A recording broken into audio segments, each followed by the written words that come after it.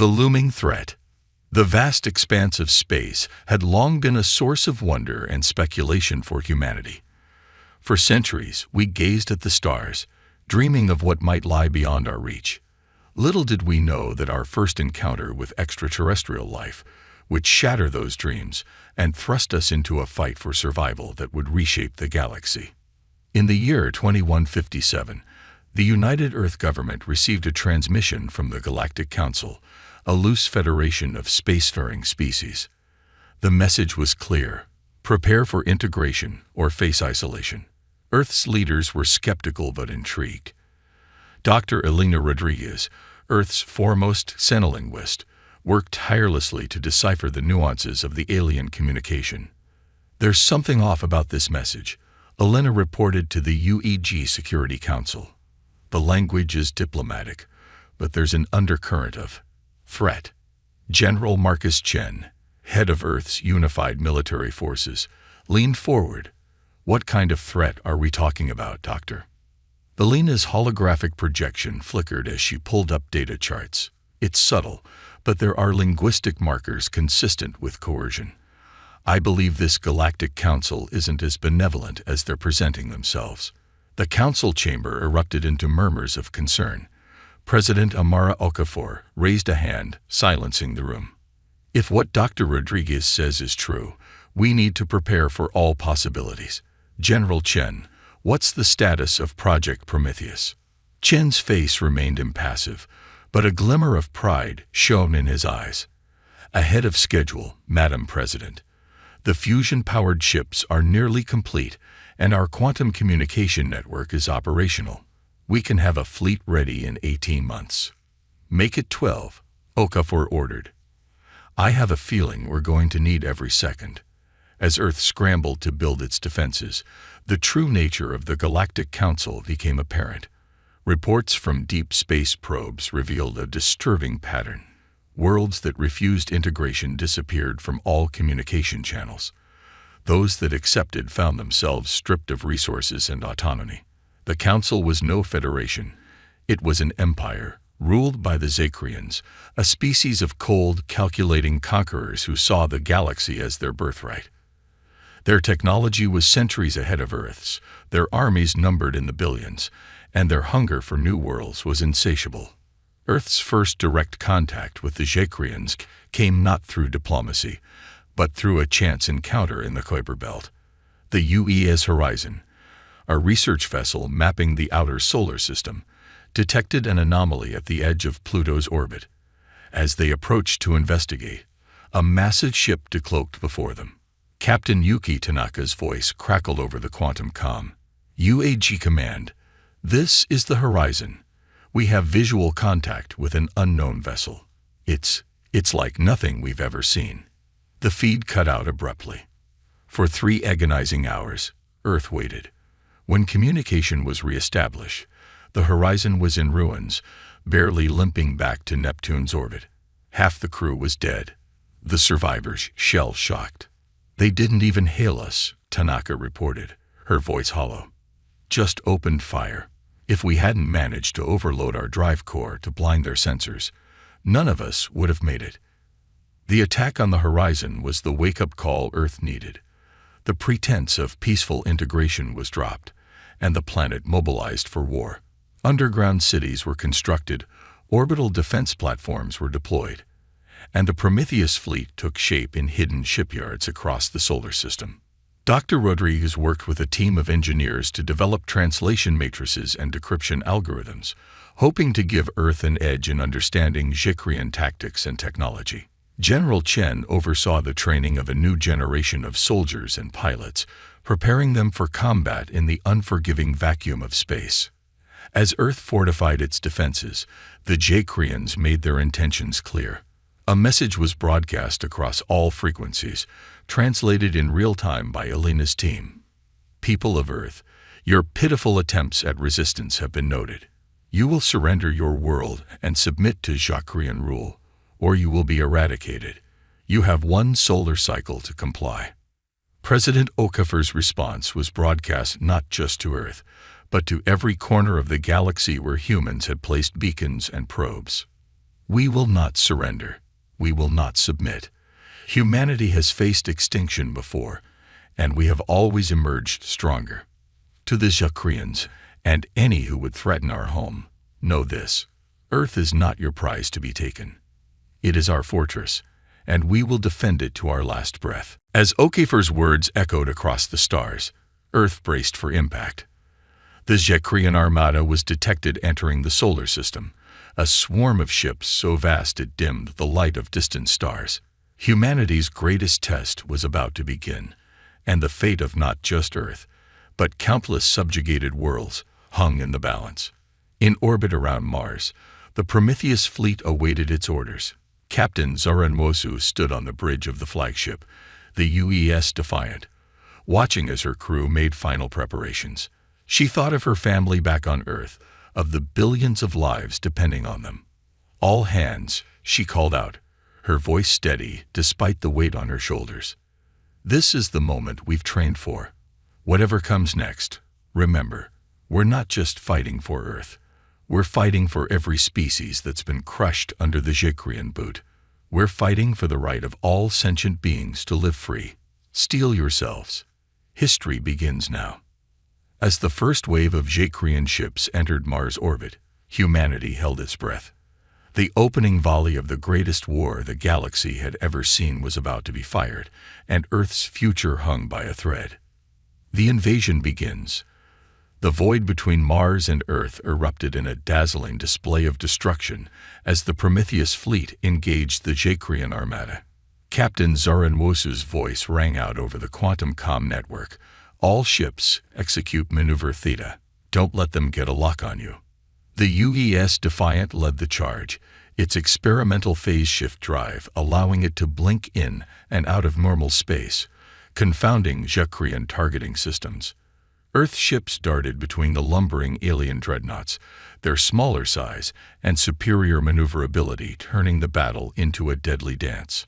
On Earth, General Marcus Chen watched the unfolding chaos from the holographic command center deep beneath the Rocky Mountains.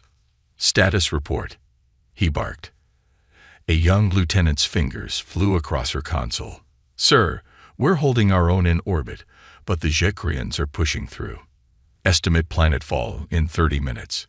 Chen's jaw clenched. "Alert all ground forces. This is not a drill. I repeat, this is not a drill." As the battle raged in space, the first Jocrian drop pods pierced Earth's atmosphere. They streaked across the sky like vengeful meteors, slamming into cities and strategic locations across the globe. The alien invaders that emerged were a terrifying sight. 9-foot-tall armored behemoths with multiple limbs, each wielding weapons that could vaporize a human with a single shot. In New Delhi, Lieutenant Aisha Kapoor led her platoon through the smoke-filled streets, the sound of alien weaponry mixed with the staccato of human gunfire. "Keep moving," she shouted, gesturing towards a group of civilians huddled behind an overturned bus. "We need to get these people to the underground shelters." As Aisha's team escorted the civilians, a Jocrian war machine rounded the corner. It towered 3 stories high, walking on 6 spindly legs, its central pod bristling with cannons. Aisha's heart raced, but her voice remained steady. "Javelin team, target the legs. Everyone else, suppressing fire." The coordinated attack brought the war machine crashing down, its fall crushing several parked vehicles. As the dust settled, Aisha allowed herself a small smile. "See that?" she called to her troops. "They're not invincible. We can hurt them. We can win." Similar scenes played out across the globe. In Rio de Janeiro, local militia fought alongside army regulars to hold the spaceport. In Cairo, engineers used repurposed construction exoskeletons to grapple with Jocrian infantry.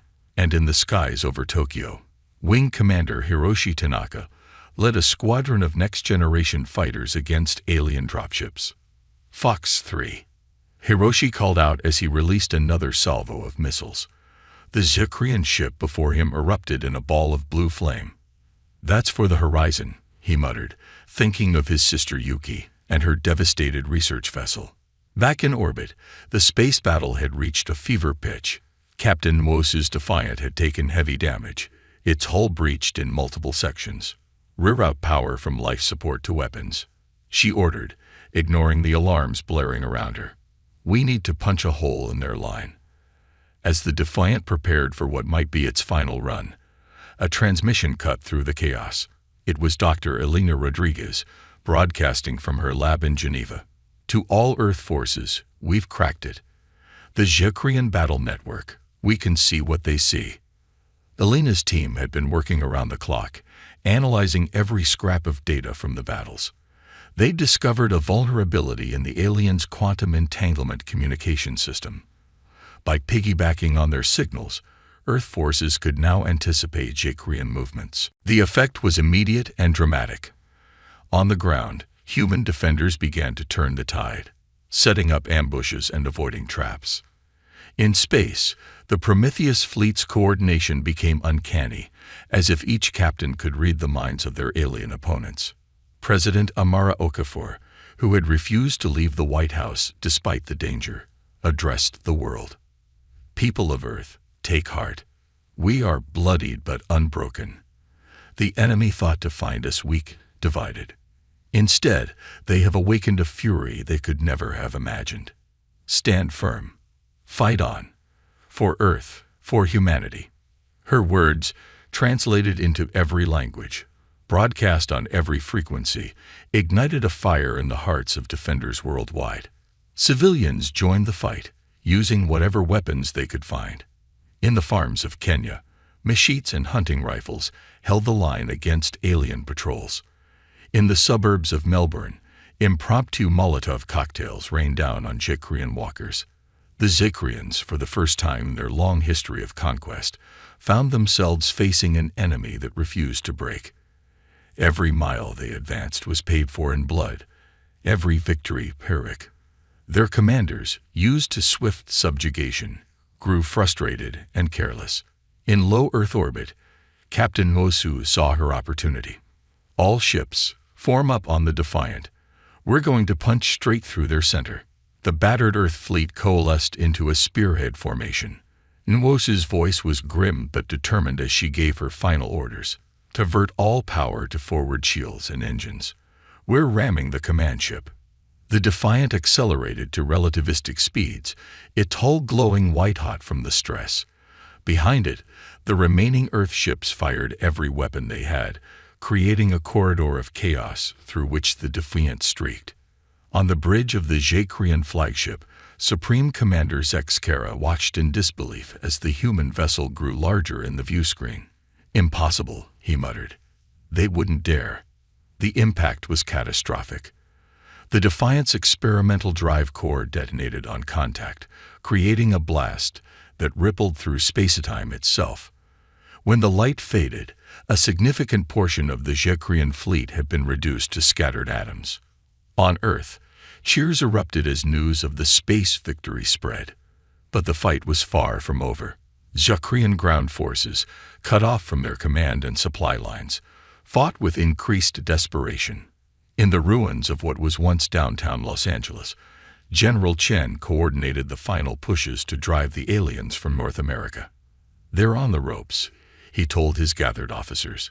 One more big push and we can end this.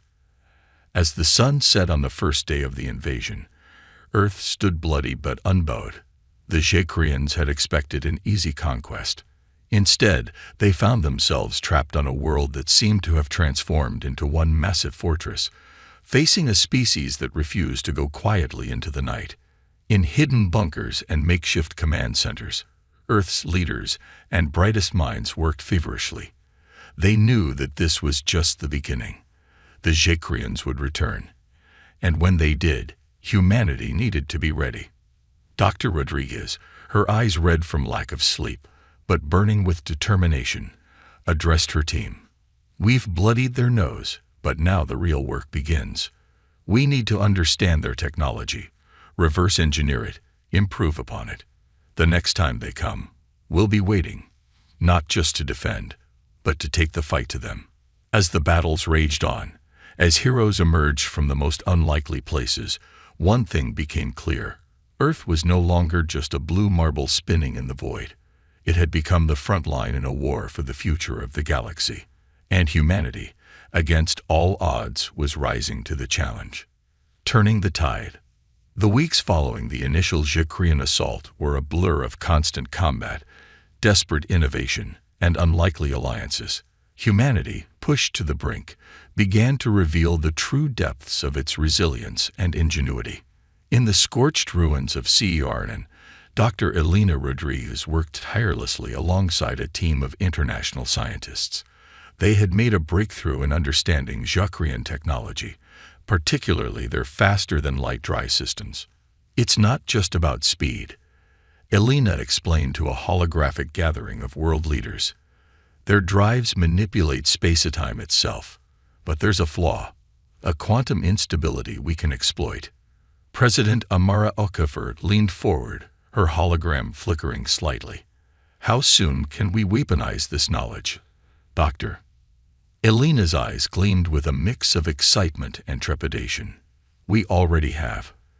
Ladies and gentlemen, I give you Project Singularity. The holographic display shifted, showing a sleek, arrow-shaped device. This, Elena continued, can create a localized disruption in the fabric of space-time.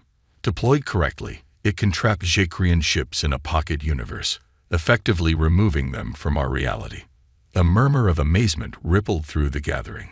General Chen's hologram spoke up. Impressive, Doctor, but can we mass-produce these in time? We'll have to, Elena replied grimly. Our long-range sensors show another Zhikrian fleet assembling at the edge of our solar system. We have weeks, at most. As Project Singularity ramped up production in hidden facilities across the globe, other innovations were changing the face of the war. In Nairobi, a young engineer named Kwesi Okoro had perfected a method of adapting Zhikrian energy weapons for human use. The power source was the key, Kwesi explained to a group of wide-eyed soldiers. We couldn't replicate it exactly, but we found a way to jury-rig our fusion cells to power their weapons. It's not pretty, but it works. One of the soldiers hefted the hybridized weapon, a mix of sleek alien technology and rugged human engineering. Oh, this is gonna even the odds, she grinned. Meanwhile, in the skies above what was once the Amazon rainforest, Wing Commander Hiroshi Tanaka led a daring raid against a Zhikrian ground base. His squadron now flew upgraded fighters, retrofitted with reverse-engineered alien tech. Remember, people. Hiroshi's voice crackled over the comm. Hit them hard and fast. Their anti-air defenses can't track us if we stay under Mach 3. The fighters screamed across the canopy, their new plasma cannons reducing Zhikrian installations to molten slag. As they pulled up from their attack run, Hiroshi allowed himself a grim smile. That's for Tokyo, he muttered. But it wasn't just military might that was turning the tide. In the vast server farms of Silicon Valley, now protected by kilometers of rock, an unlikely hero emerged. Zara Chen, a 16-year-old programming prodigy and General Chen's daughter, had been working on cracking the Zhikrian battle network. Dad, she called out, her voice trembling with excitement. I did it. I'm in their system. General Chen rushed to his daughter's workstation, watching in awe as Zhikrian battle plans and communications scrolled across the screen. Zara, this could change everything. Within hours, Zara's cyber intrusion had spread across the globe. Human resistance fighters found themselves armed with real-time intelligence on Zhikrian movements. Ambushes were set, traps were sprung, and alien advances ground to a halt. In orbit, the remnants of the Prometheus fleet, bolstered by hastily constructed new vessels, prepared for the coming Zhikrian reinforcements. Captain Yuki Tanaka, recovered from her ordeal on the horizon and now in command of the UES Vengeance, addressed her crew. They thought they could break us, she said, her voice firm. They thought we would kneel before their might. But they didn't count on human stubbornness. They didn't count on human creativity. And they sure as hell didn't count on human vengeance. As the new Zhikrian armada approached, humanity sprung its trap. Project Singularity devices, launched from stealth platforms, activated in carefully calculated patterns. Huge swathes of the alien fleet simply vanished, trapped in pocket dimensions. The remaining Zikrian ships, disoriented and separated, fell prey to the newly empowered human fleet. Plasma beams lanced across the void, guided by targeting systems that could predict alien maneuvers before they happened. On the Zikrian command ship, Supreme Commander Zexkara watched in horror as his invasion force was decimated. "Impossible," he snarled. "These primitives, how are they doing this?" His musings were cut short as the UES Vengeance decloaked directly in front of his vessel. Captain Yuki Tanaka's voice came through on all frequencies. "This is for the horizon. For Earth. For every world you've terrorized. Burn in hell."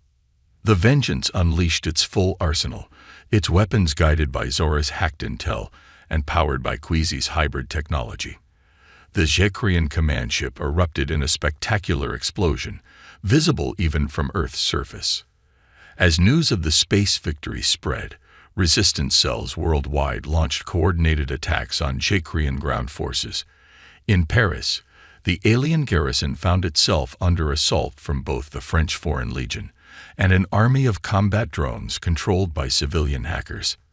In the mountains of Tibet, monks who had sworn vows of peace now fought with terrible efficiency, their monasteries turned into fortresses that the Zikrians couldn't breach. And in the streets of New York, a Rakdik militia led by Lieutenant Aisha Kapoor, who had been presumed dead after the fall of New Delhi, emerged from the subway tunnels to reclaim the city block by block. As the sun set on what would later be known as Victory Day, humanity allowed itself a collective breath of relief. The Zikrian invasion had been repelled. Earth, against all odds, stood triumphant. But in hidden bunkers and command centers, Earth's leaders knew the truth.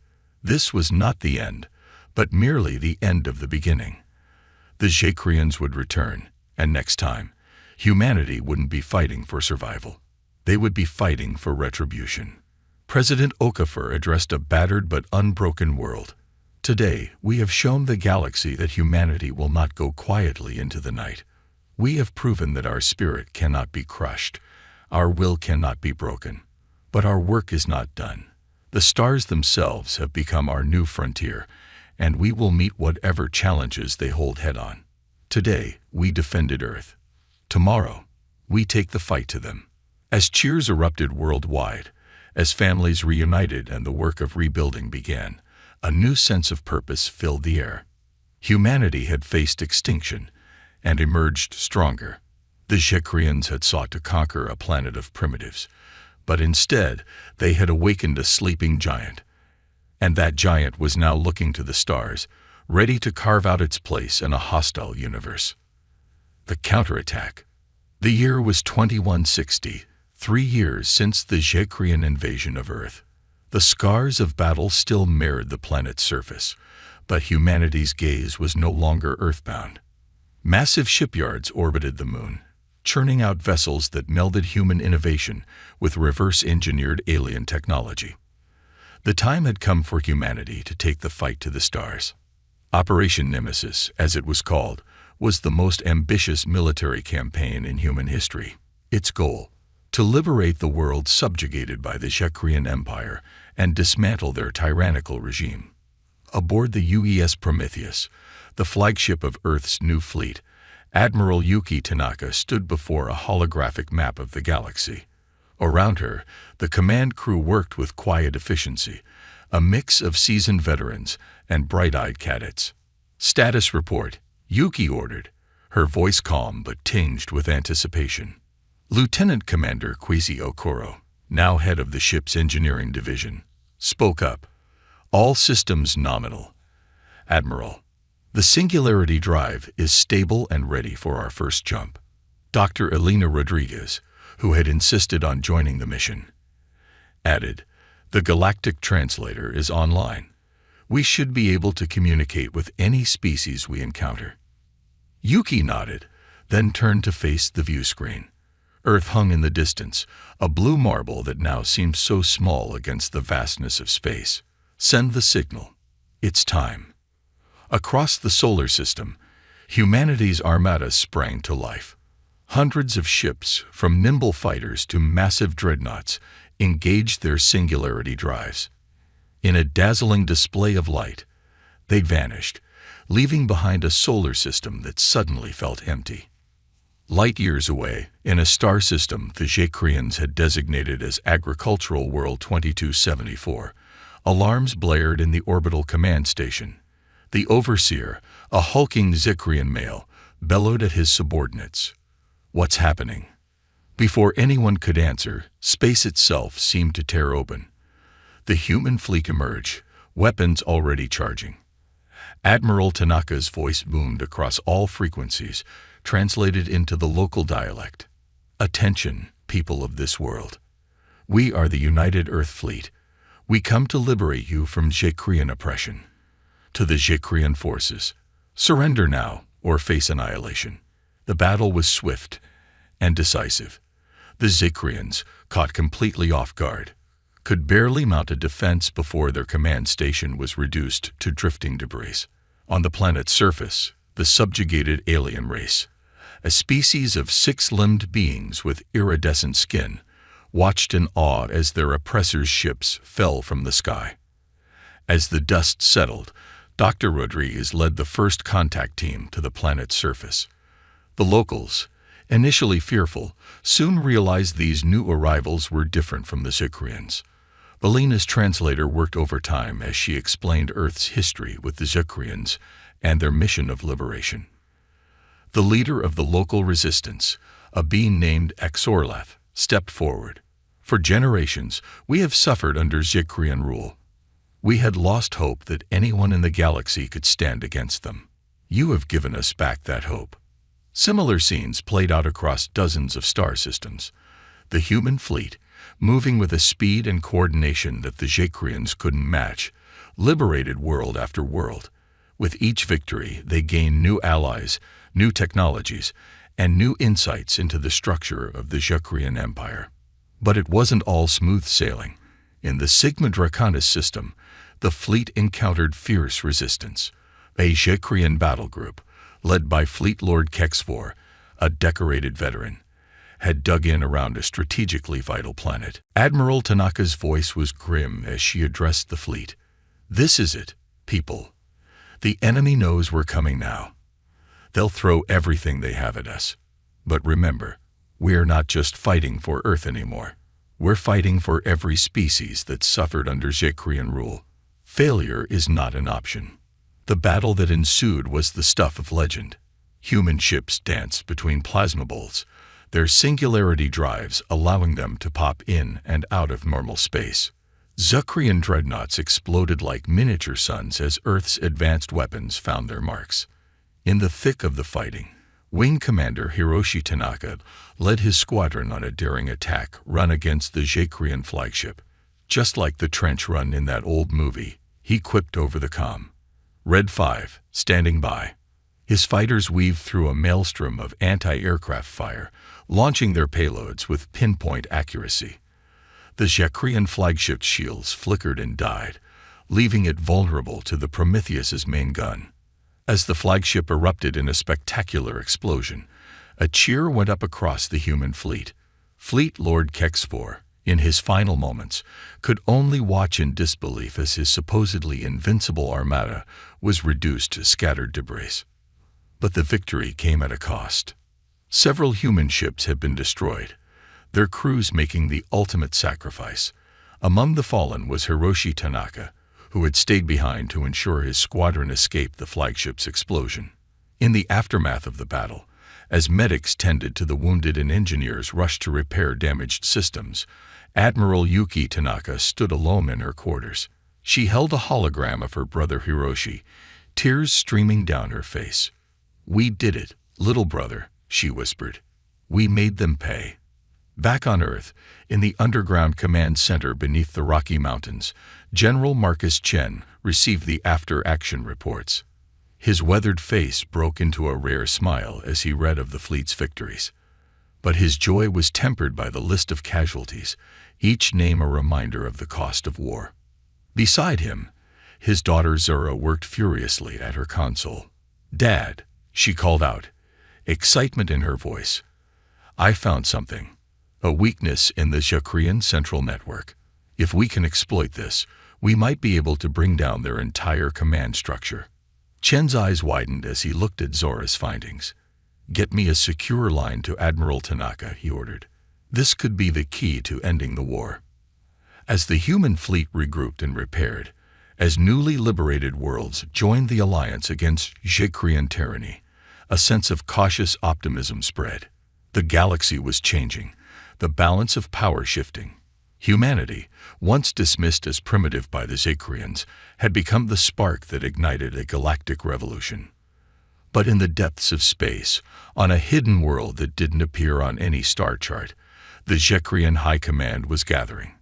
Supreme Overlord Zexkera, his body enhanced by experimental cybernetics, addressed his most trusted generals. "These humans," he snarled, "have proven to be more than mere pests. They threaten everything we have built. It is time to unleash our ultimate weapon. Prepare the World Eater."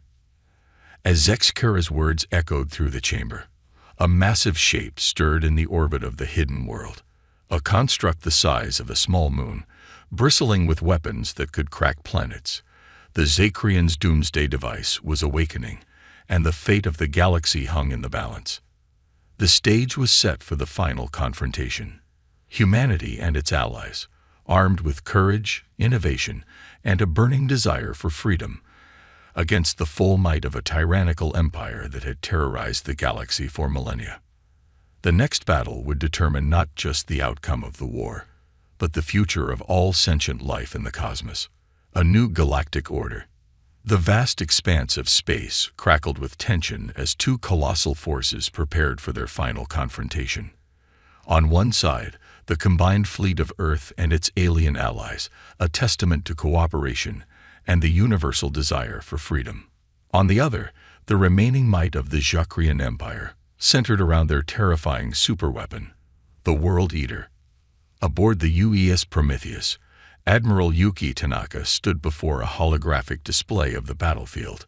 Representatives from a dozen alien species surrounded her, each bringing unique insights and capabilities to the fight. "The Jacreans have backed themselves into a corner," Yuki explained, her voice steady despite the weight of the moment. "They've concentrated their forces around the World Eater.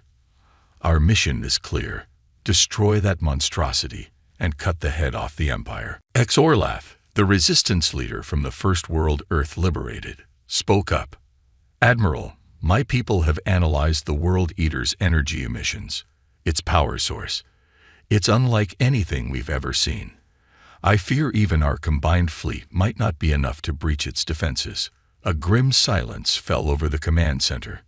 Then, Dr. Elena Rodriguez stepped forward, her eyes gleaming with that familiar look of scientific breakthrough.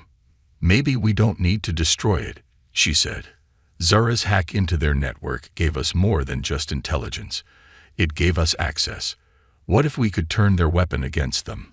As Elena outlined her audacious plan, mixing human ingenuity with alien insights, a spark of hope ignited among the gathered leaders. It was dangerous, borderline insane, but it just might work. Yuki nodded, her decision made. "Prepare for battle stations, and get me a secure line to Earth. We'll need Zora's expertise for this." As the Allied fleet moved into position, the Jacrean forces bristled with weaponry. At the center of their formation, the World Eater loomed, an artificial celestial body that dwarfed even the largest ships. Supreme Overlord Zexkera's voice boomed across all frequencies. "Foolish creatures, you've come to witness the end of your pathetic rebellion. Once your fleet is dust, we will use the World Eater to systematically destroy your homeworlds. The galaxy will once again know its rightful masters." Admiral Tanaka's response was cold and clear. "The only thing ending today is your reign of terror, Zexkera. Humanity says hello." With that, the greatest battle in galactic history erupted. Thousands of ships clashed in a dazzling display of advanced technology. Plasma beams crisscrossed the void, singularity torpedoes warped space itself, and fighters darted between capital ships like swarms of angry insects. On Earth, Zora Chen sat in her fortified bunker, surrounded by banks of Today, we honor those who gave their lives so that countless beings across the galaxy might know freedom, she said, her voice carrying to every corner of the planet and beyond. We came to the brink of extinction, and in doing so, found our place among the stars. The road ahead is long, but we will walk it together, with our new allies, into a brighter future. As Okafor's words faded, Admiral Yuki Tanaka, Dr. Elena Rodriguez, Zara Chen, and representatives from dozens of alien species stepped forward. Together, they unveiled a monument, a holographic globe showing not just Earth, but hundreds of worlds, all interconnected. The inscription read, "To all those who fought, on Earth and across the stars, that freedom might flourish, your sacrifice lit the way." In the years that followed, humanity took its place as a leader in the galactic community. The World Eater, once an instrument of destruction, was repurposed into a massive solar collection array, providing clean energy to worlds ravaged by war. Earth's cities were rebuilt, gleaming metropolises that combined the best of human and alien technology. The scars of invasion faded, replaced by monuments to peace and cooperation. And on clear nights, when the stars shone bright, people would look up and remember they had faced the darkness and emerged stronger. They had found their fury, yes, but also their compassion, their ingenuity, and their place in a vast, wondrous universe. The Jekrians had sought to conquer a primitive world. Instead, they had awakened a sleeping giant and filled it with a terrible resolve. Humanity had not just survived. It had thrived, transforming from the hunted to the protectors of galactic peace. As ships of all shapes and sizes zipped between the stars, carrying traders, diplomats, and explorers, a new era dawned. The galaxy, once a place of terror and oppression, now pulsed with the promise of discovery and cooperation. And at the heart of it all was Earth, no longer a small blue marble, isolated and alone, but the shining jewel of a united galaxy, a testament to the indomitable spirit of humanity and the power of hope against all odds. The end of the Jekrian War was not just a victory for Earth, but the beginning of a new chapter in galactic history, a chapter written in the stars by the combined efforts of countless species, all united in the pursuit of freedom, knowledge, and a future limited only by the bounds of imagination.